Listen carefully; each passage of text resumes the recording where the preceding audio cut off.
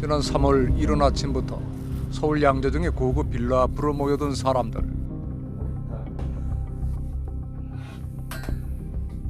이들은 서울시 지방세 상습 체납자들을 전담하는 38세금 징수과 공무원들이었습니다. 면적 328제곱미터, 약 30억 원대의 독채 빌라에서 거주하고 있다는 체납자. 그는 지난 1999년부터 서울시 지방세 약 39억 원을 체납하고 있다고 합니다. 그림 35억의 작년에 팔아져 있잖아요. 네. 계좌번호 어디로해서 입금됐는지 확인할 수 있을까요? 그거는 왜 그러죠? 그건 우리 남편하고는 아무 상관도 없는 일인데. 그래 애들 등록금을 위해서 내가 어떻게 만드는 건데. 아이가 6명이에요. 그날 이곳에선 거액의 현금과 귀금속들이 발견됐고 지난해 체납자 아내의 명의로 그림을 판매해 35억 원의 수익이 생긴 사실까지 확인됐습니다. 가만히 부탁드리고 싶은 거는 예. 세금 좀 납부해주시면 감사하겠어요. 근데 10억은 없어요. 10억 아니면 30매력이 들어오는데 이걸 갖다가 어떤 세금 이런 상태에서 개인 용도 다 사용하신다. 애들 뭐 학비 보탠다. 국민들이 또 난리가 납니다. 아 국민들은 아이들이 없대요? 35억이 듭니까? 우리 집은 먹고 살 게 없어요. 지금 그래서 내가 이거 한 절대가 안 쓰냐 그러더니 아이들 등록금 내지 등록금 때는. 수색을 마친 38세금 징수과는 그들의 재산을 압류했습니다. 그리고 한 달 뒤 그날 체납자의 집에서 압류해온 그림 2점을 포함한 압류 물품들을 두고 뜻밖의 상황이 벌어졌다고 합니다. 압류를 하면은 절차상으로는 그 자산관리공사에 의뢰를 해서 공매를 해야 되는데 배우자가 이거는 자기 재산이다 라고 해서 체납자 상대로 소송을 제기한 상태에서 그래서 지금은 체납 처분이 이제 중지된 상태에 있는 겁니다. 예. 그 소송은 아내가 남편을 대상으로 그렇습니다. 압류당한 물건들을 되찾겠다며 체납자의 가족이 아버지이자 남편인 체납자를 상대로 소유권 확인 소송을 제기했다는 겁니다. 체납자가 응소를 거기 할 이유가 없거든요. 그러면 이제 법정에 출두도 안 할 거고, 그러면 당연히 뭐 그 체납자 배우자의 승소 판결로 이어질 확률이 많기 때문에 저희들이 이제 적극적으로 그 대응하기 위해서 보조 참가 신청을 했고. 어떻게 보면 대신 싸워주시는 건 거죠. 그렇습니다. 그렇습니다. 사실 이 가족은 8년 전에도 서울시 38세금 징수과로부터 체납 때문에 자택 수색과 압류를 당한 적이 있습니다. 지금 문을 열지 않으면은 저희가 강제 개문하고 들어가겠습니다. 개문하세요.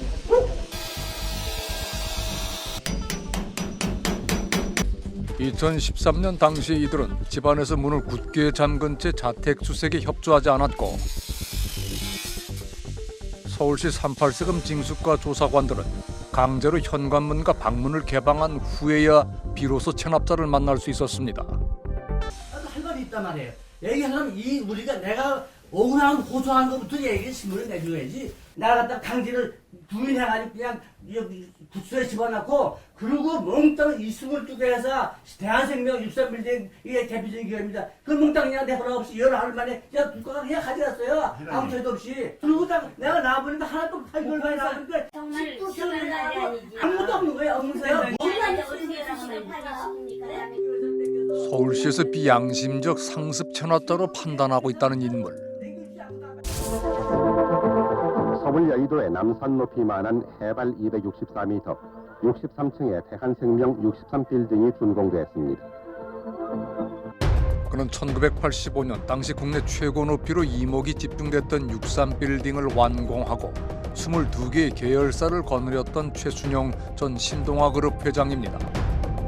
한 시대를 풍미했던 최순영 전 회장은 왜 대기업 총수에서 비양심 체납자가 되어 있는 걸까? 서울시의 세금이 얼마 체납됐다는 알고 계십니까?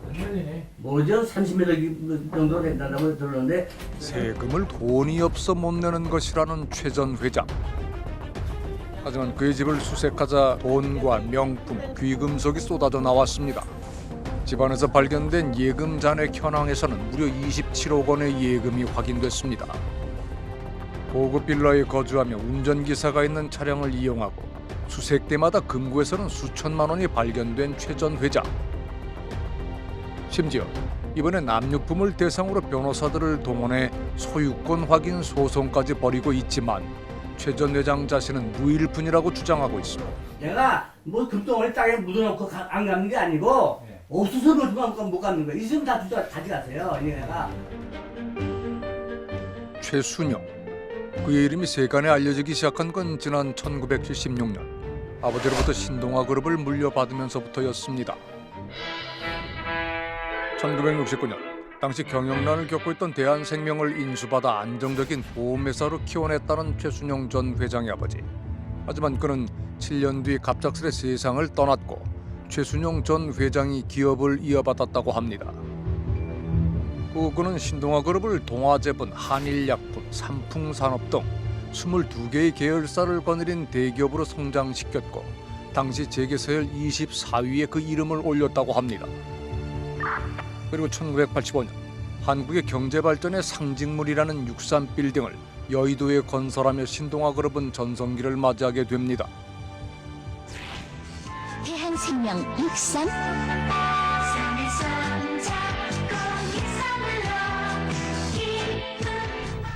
1986년 대한생명의 자산 규모는 1조 원을 돌파했고 1997년 닥친 외환 위기에도 흔들림 없이 그 자리를 지키던 신동아 그룹.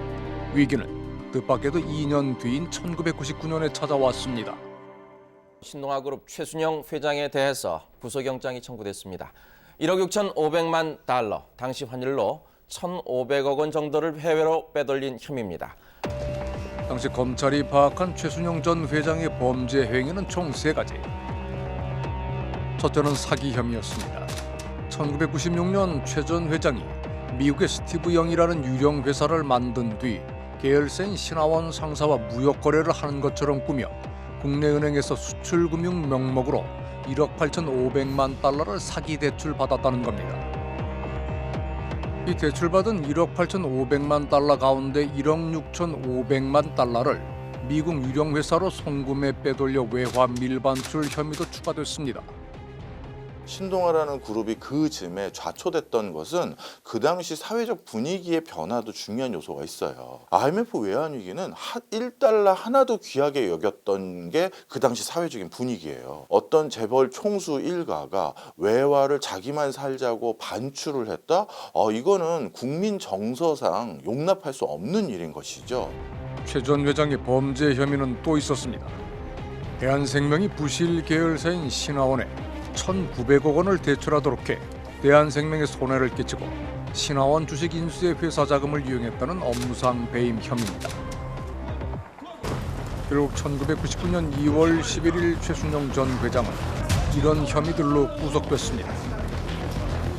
그런데 최 전 회장이 구속되고 얼마 뒤 그의 아내를 둘러싼 의혹이 불거졌습니다. 최순영 신동아 그룹 회장 부인이 남편의 외화 밀반출 사건의 수사와 관련해서 장관 부인들에게 고가의 옷을 사주면서 로비를 퍼졌다는 소문이 파문을 불러일으키고 있습니다. 특검제도 도입의 배경이 된 사건이기도 한 이른바 1999년 검찰총장 부인 온로비 의혹 사건. 검찰에서 형 때린 건 만족하지 않죠. 제가 왜 그런 걸 받아야 됩니까? 부영양까지. 당시 외화 밀반출 혐의로 수사를 받고 있던 남편을 구명하는 대가로 검찰총장 부인의 옷값을 대납하라는 요구를 받았지만 이를 거부했다고 주장한 최 전 회장의 아내 이 씨. 그런 로비는 없었다며 이 씨를 명예훼손으로 고소한 당시 검찰총장의 부인 연 씨. 최 전 회장의 부인 이 씨는 자신에게 검찰총장 부인 연 씨의 옷값을 대납하라고 말한 인물이 당시 전 통일원 장관 부인 배 씨라고 지목했습니다. 저는 거기서 그런 걸 생각해본 적이 없습니다. 당시 전 통일원 장관 부인 배 씨의 변호를 맡았다는 박태범 변호사. 그 로비 사건이 결국은 결과적으로는 실패를 한 로비거든요. 그것이 같이 다 그 교회 신자들로서 친한 사이였던 것 같습니다. 전 국민을 충격에 빠뜨렸던 초유의 온로비 의혹 사건은 세 사람이 함께 다니던 한 교회의 모임에서부터 시작됐다는 겁니다. 국민적 관심이 모아진 이 사건의 의혹의 진상을 규명하기 위해 최선을 다한다는 자세로 이 사건 고소인 피고소인 총 30여 명의 관련자들을 소환 조사하고 대질 신문을 실시하였습니다. 본로비 의혹 사건을 최순영 회장 부인 이 씨의 실패한 로비로 판단한 검찰은 이들에게 금품수수 약속이 없었으므로 변호사법 위반죄로 처벌하기가 어렵다는 결론을 내렸습니다. 최순영 신동아 회장에게 징역 5년과 함께 추징금 2천억 원이 선고됐습니다. 한편 재판을 받고 있던 최순영 전 회장에게 1심 재판부는 외화 밀반출, 배임, 횡령, 사기, 보험업법 위반 혐의로 징역 5년에 추징금 2천억 원을 선고했습니다. 최 전 회장의 범죄 행위로 촉발된 신동아그룹의 경영난. 결국 신동아그룹의 대표 계열사였던 대한생명은 한화에 매각됐습니다. 자신의 범죄 행위로 인해 대기업 총수 자리를 잃고 수감 중이던 최 전 회장은 지난 2008년 광복절 특사로 풀려났습니다. 하지만 그가 국가에 납부해야 하는 돈은 그대로 남아있는 상태였습니다. 최 전 회장이 내야 할 돈은 추징금 약 1,574억 원, 국세 약 1,034억 원, 그리고 지방세 약 39억 원. 그는 이 돈을 체납하고 있는 겁니다. 우리는 취재 중 어렵게 최순영 전 회장의 둘째 아들을 만날 수 있었습니다. 먼저 논란이 되고 있는 소송에 대해 물었습니다. 그게 꼭 값어치가 나가서 그런 건 아니고요. 한 번은 정리를 해야 될 것 같아요. 아니면 이 사람들 뭐 마구잡이로 할 것 같아가지고. 그런데 문제가 되고 있는 소송보다 더 중요한 것이 있다며 말문을 여는 최 전 회장의 둘째 아들. 정치 자금을 달라고 했는데 이제 DJ 때 그 당시에 첫째 아들이랑 몇 분 왔는데 돈이 없으니까 10억인가를 드렸대요. 던지더래요. 이 돈 안 받겠다고. 100억 내놔라 이거죠. 대통령 되시고 나서 저희가 찍혀서 그룹을 해체하라고 회사 없앤다고 하는데 실제 없을 줄은 몰랐죠. 그러니까 자신들이 체납자가 되고 신동아그룹이 해체된 결정적인 이유는 김대중 전 대통령이 대선을 준비할 당시 선거 자금을 주지 않아 발생한 정치적 보복이라는 겁니다.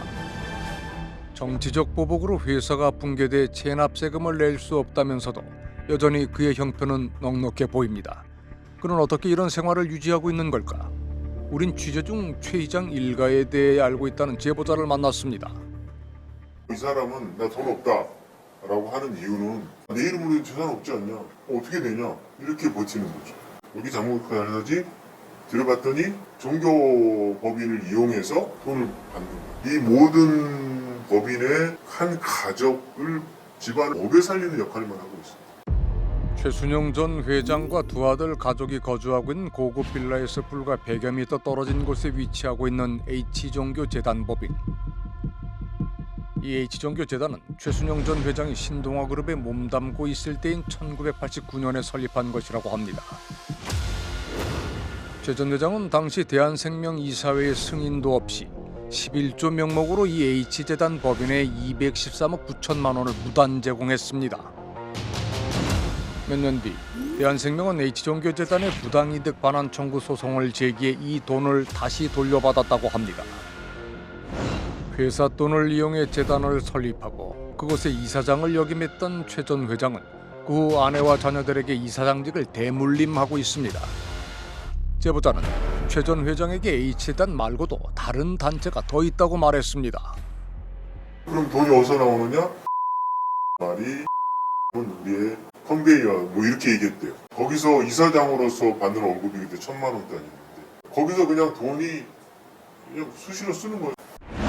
1986년 한국 기독교 선교원으로 시작한 K선교단체는 종교사단 법인으로 역시 최순영 전 회장이 설립했습니다.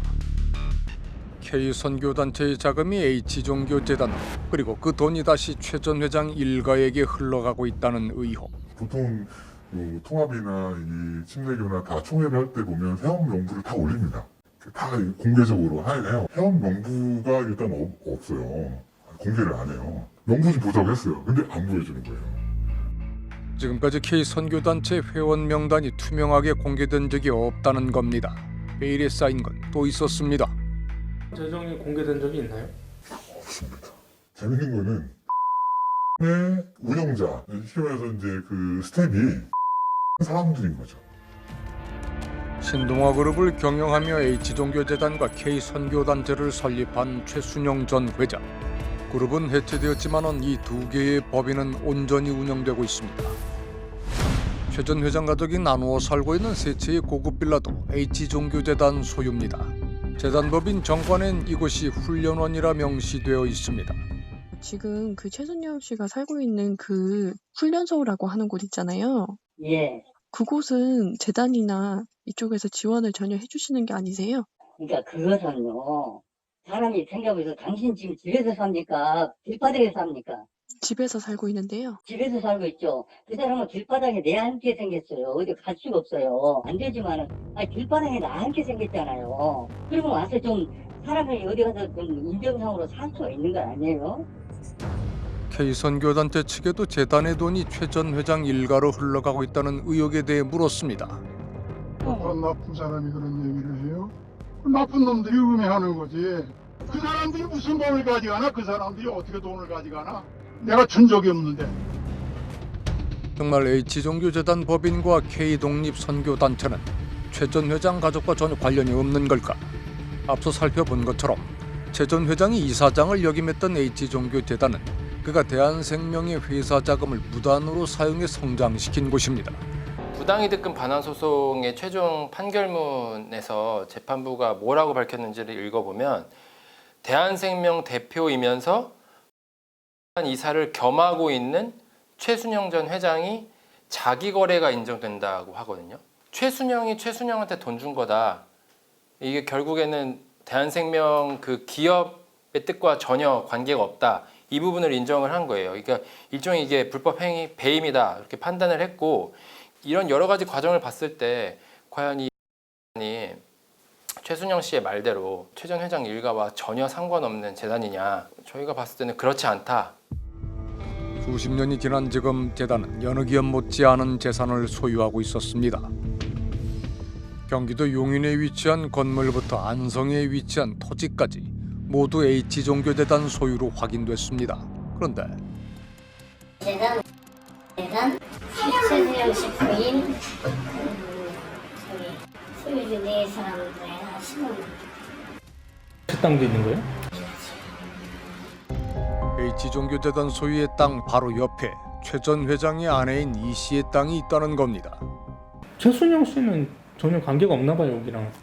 최순영 씨 이름으로 돼 있으면 안 되죠. 세금 체납된 게 많잖아요. 몰수 대상이죠, 그러면. 그래서 지금 이제 부인하고 그 종교재단으로 돼 있으니까 못 건드린 거지. 그뿐만이 아닙니다. 최 전 회장의 집에서 가깝게 위치한 H종교재단의 센터 건물은 2005년부터 한 교회에 임대된 상태인데 그간 임대 보증금 명목으로 받은 돈이 732억 원에 달한다고 합니다. 서울시 38세금 징수과에서 수색할 때면 어김없이 발견되었던 최 전 회장의 재산들, 그리고 그때마다 반복되던 최 전 회장의 변명. 제가 법이 잘못돼서 법을 위반해가지고 1,600억이가 추징금을 받은 게 있어요. 거기에 대한 이제 또 지방세로 나오고 있죠. 지난해 기준 최순영 전 회장이 체납된 국세는 여전히 1,034억 원, 그리고 지방세는 약 39억 원입니다.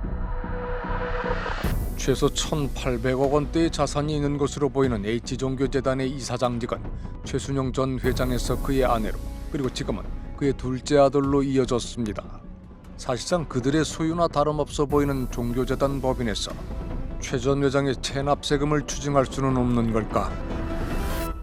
국세 징수를 피하기 위해서 재산을 처분하는 행위를 사회행위라고 하거든요. 그러니까 징수를 피한다는 얘기는 일단 체납이 됐다거나 최소한 체납이 예상되는 시점을 얘기를 하는 거지, 세금을 잘 내고 있고 앞으로도 잘 낼 것으로 예상되는 그 시점에서는 재산을 아무리 처분을 하더라도 사회행위라고 인정받기는 어려워요. 재단으로 이미 다 기부를 해버렸잖아요. 체납 이전에 공익법인이 실체를 만들어서 운영 중에 있다 보니까 이 공익법인을 부인할 수가 없거든요. 최 전 회장의 경우 체납세금을 추징할 수 있는 방법은 안타깝게도 매번 그의 집을 수색해 압류하는 방법밖에는 없는 것으로 보입니다. 이 양심 고액 상습 체납자들, 우린 그들이 더 교묘한 방법을 찾아냈다는 소식이 아닌 스스로 체납된 세금을 모두 납부했다는 소식을 듣고 싶습니다.